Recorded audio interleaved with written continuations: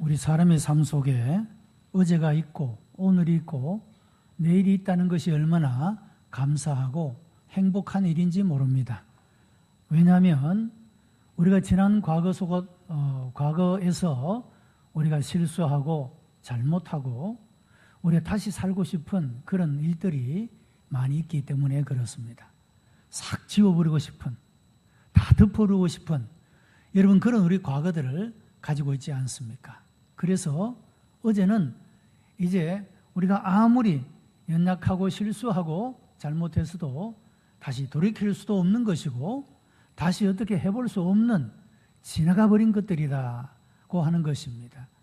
이런 망각에 은혜를 주시는 것 참으로 행복한 일이라고 할 수가 있겠고, 그리고 하나님께서 오늘이라는 이 새로운 한날을 우리에게 주시는 것은 지난 것은 잊어버리고 오늘 다시 한번 잘 해보라고 하는 그런 하나님의 새롭게 주시는 기회라고 말할 수가 있는 것입니다. 그래서 어제도 감사하고 오늘 일하는 것도 새로운 기회를 주심으로 감사하게 되고, 또 오늘의 삶이 내가 마음을 다하고 힘을 다해서 하나님 앞에 살기를 원하지만 또 우리의 삶이 어떻게 될지 알지 못하지만 하나님은 또 내일 일하는 것을 준비하여 우리들에게 또 희망할 수 있도록, 기대할 수 있도록 이렇게 은혜를 허락하시는 것, 생각해 보면 과거가 있고 오늘이 있고 내일이 있는 이것을 참으로 감사한 일이다, 참으로 행복하다, 그렇게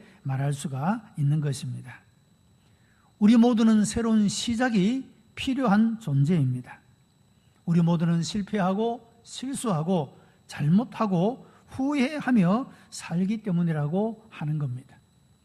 때로는 우리가 직장에서도 실패하고 혹은 사업에서도 실패하고 혹은 인간관계 속에서도 실패를 합니다. 부부관계 속에서 혹은 부자와 혹은 이웃과의 관계 속에서 여러 관계들 속에서도 우리가 이렇게 살면 안 되는데 하는 그런 후회를 낳는 일들을 경험하고 왔다는 것입니다. 영적으로도 마찬가지입니다. 우리가 특별히 새해가 되면 내가 이해만큼은 하나님 앞에 살아보리라 여러 가지 결심과 결단을 하고 하나님 앞에 살기를 원하지만 또 한 해를 지나고 보면 참으로 후회할 것이 많은 그런 우리의 고백을 하게 되는 것입니다.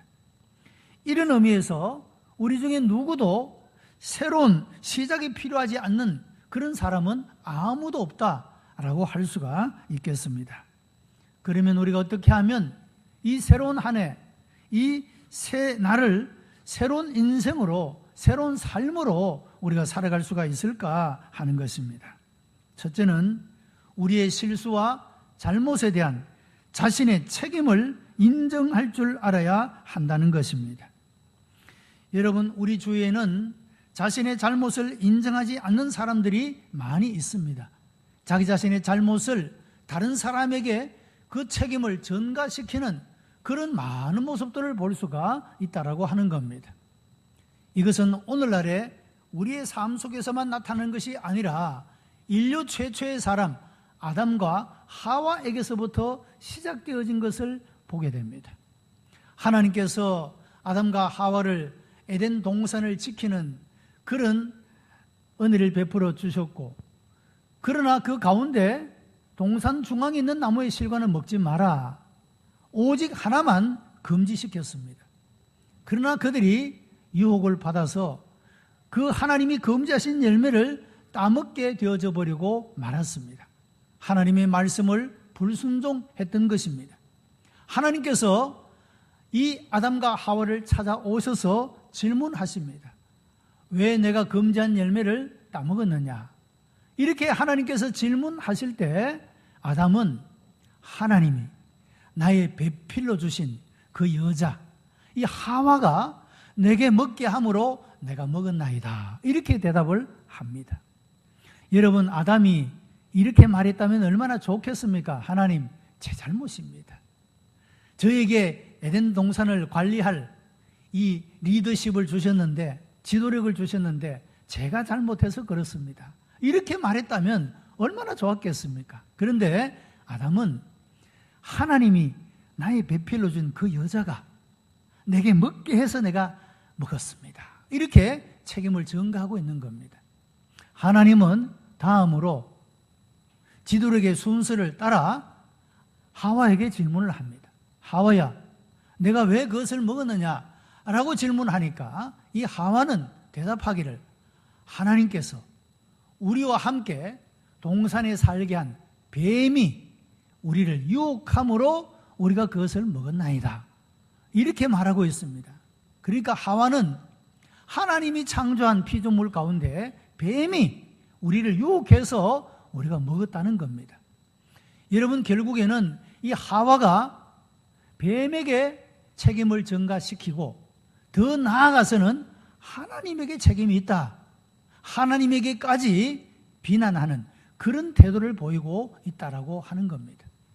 아담은 하와에게, 하와는 뱀에게 나아가서 하나님이 창조하신, 하나님이 내게 주신 여자, 하나님이 지으신 뱀, 이것이 문제였다라고 책임을 전가시키는 이런 모습을 볼 수가 있다라고 하는 것입니다. 여러분, 오늘날 우리 정치 세계도 마찬가지가 아닙니까? 우리나라가 경제가 어렵다, 살기가 힘들다, 이런 일들에 대해서 누가 이것이 나 때문이라고 말하는 사람이 누가 있습니까? 여러분, 여당과 야당은 다 마찬가지입니다. 국정 운영을 책임지기는 여당이 잘못해서 그렇다, 야당은 항상 그렇게 비난합니다. 여당은 야당을 향하여 당신들이 발목을 잡아서 우리가 제대로 가지 못해서 그렇다, 항상 이렇게 이야기하지 않습니까? 그런데 저는 누군가가 말이죠, 여당이든 야당이든 누군가 말이죠, 이 책임이 나에게 있습니다 라고 말하는 사람은 정말로 모든 국민들에게 존경받고, 올해 아마 지방선거가 있는데 아마 그분은 표를 많이 받지 않을까, 그런 생각을 합니다. 왜냐하면 다 책임을 전가시키는 사회이기 때문에 그렇죠. 여러분, 가정 안에서도 마찬가지가 아닙니까? 사람이 살다 보면 어떤 불화를 겪을 수밖에 없습니다. 뭐 생각의 차이, 성격의 차이, 뭐 이런 것들 때문에 우리가 어떤 관계 속에 삐걱거림이 있을 수가 있습니다. 그런데 이 불화가 오래 가지 않고 금방 진정되고 평화를 찾을 수 있게 하는 방법은 무엇입니까? 제 잘못입니다. 여러분, 이렇게 말하는 사람이 있으면 그 일은 더 이상 확산되지 않는 겁니다. 그것으로 끝이 날 수가 있는 겁니다. 그런데 왜 문제가 생깁니까? 왜 이것이 더 커지게 되고 그야말로 수습할 수 없는 지경에까지 큰 문제가 되어지는 것이겠습니까? 너 때문이라고, 모든 것이 너 때문이라고 이렇게 책임을 전가시키고 비난하는 이것 때문에 아무것도 아닌 일이 나중에는 그야말로 어떻게 수습할 수 없는 큰 일로 그렇게 번져지는 모습을 볼 수가 있다라고 하는 것입니다. 성경은 이런 우리들의 삶의 태도에 대해서 무엇이라고 교훈하고 있습니까?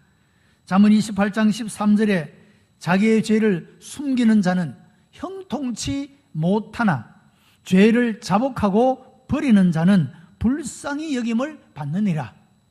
할렐루야. 여러분, 사람이 자기의 죄를 숨기고 자기의 책임을 다른 사람에게 전가시키는 사람은 형통하지 못하다고 했습니다. 자기 자신의 죄를 인정하고 자기의 책임을 인정하고 자복하고 회개하고 그 죄를 버리는 자는 하나님께로부터 긍휼의 여김을 받는다, 하나님께서 주시는 복을 얻게 된다, 그렇게 말씀하고 있는 것입니다. 여러분, 이 한 해는 우리가 성숙한 인격의 자세로 모든 것들이 내 잘못과 내 연약함 때문이라고, 나의 어리석음 때문이라고, 나의 부족함 때문이라고 고백함으로 하나님께로부터 긍휼의 여김을 받고 우리의 삶이 새롭게 되어지는 은혜의 열매가 있게 되기를 주님의 이름으로 축복합니다.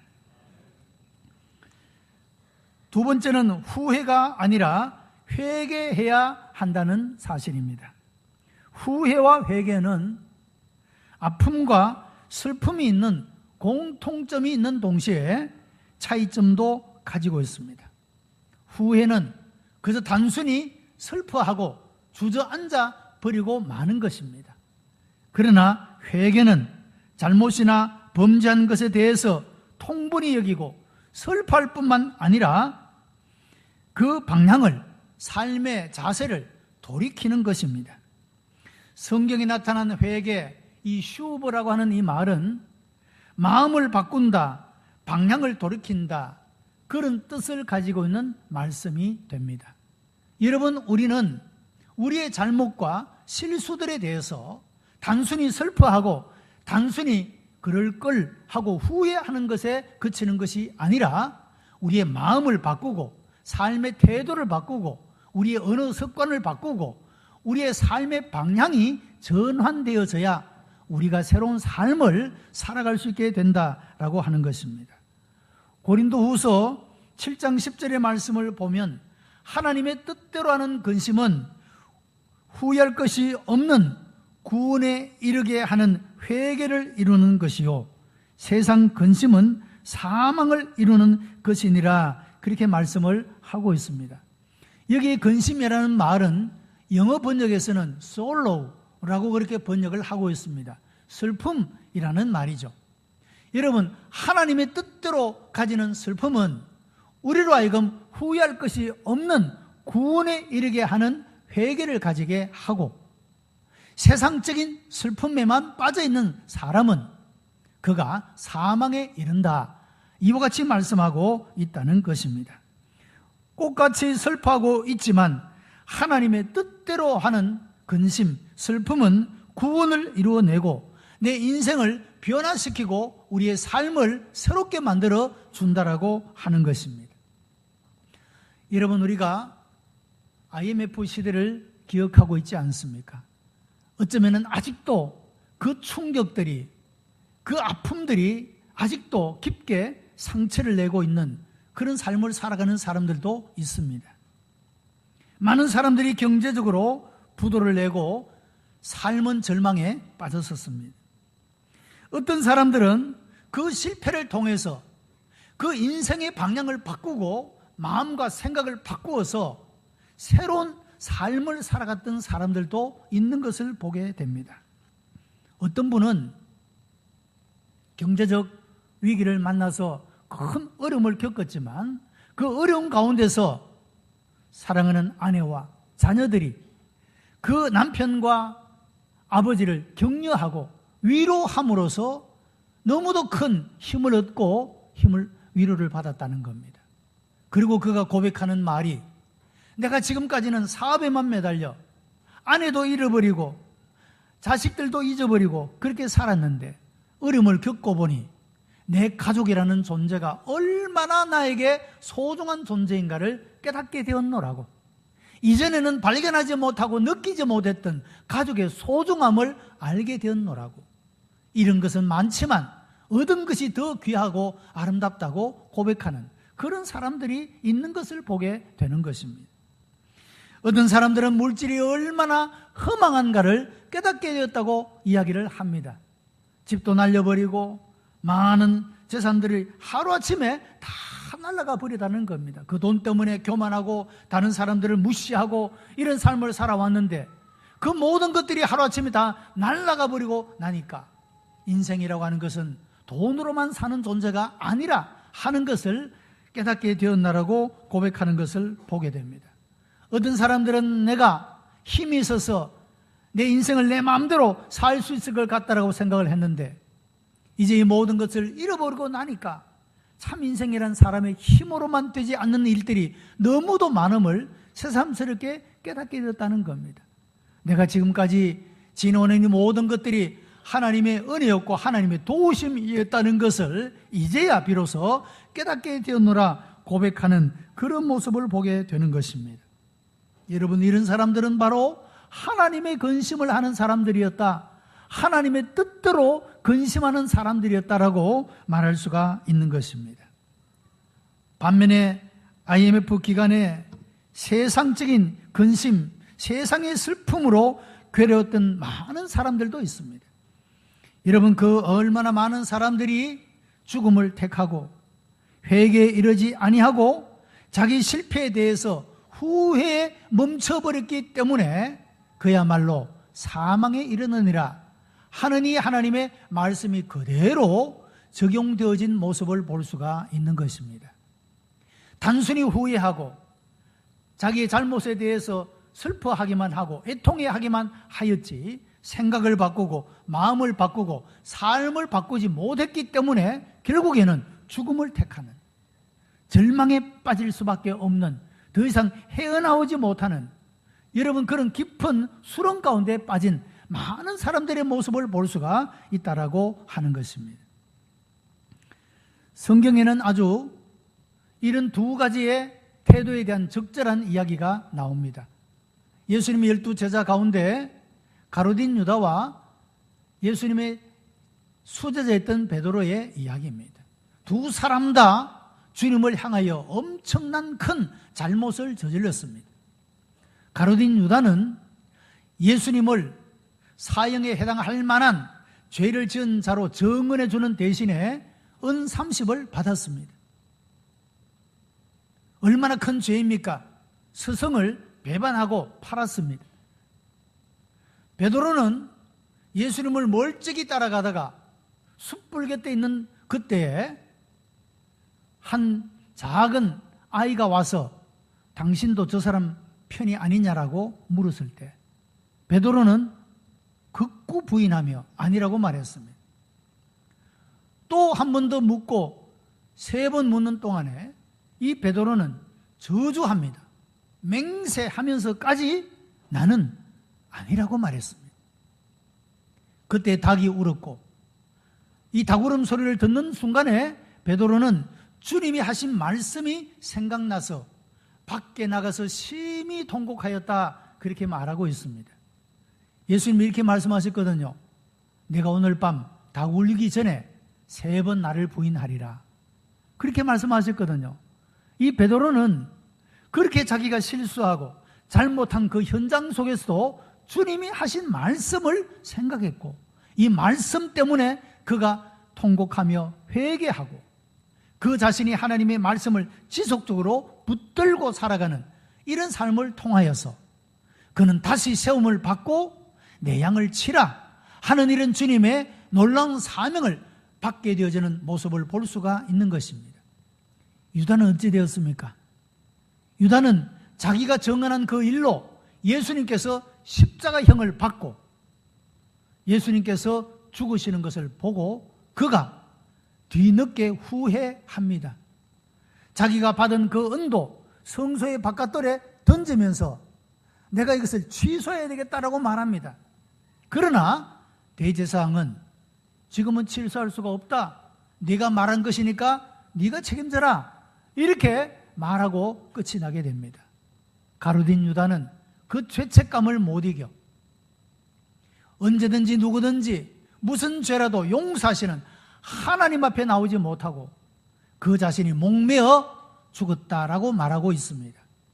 후회는 세상의 근심은 사망에 이르고 회개와 하나님의 뜻대로 하는 근심은 구원에 이르게 한다, 그런 말씀입니다.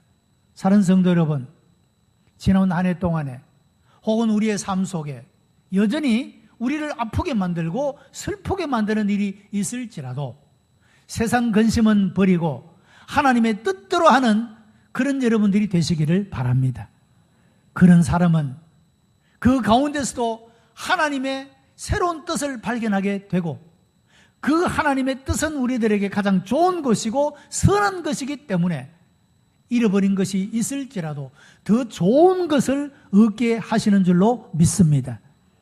후회가 아니라 회개해야 한다, 그런 말입니다. 세 번째는 예수님 안에 거해야 합니다.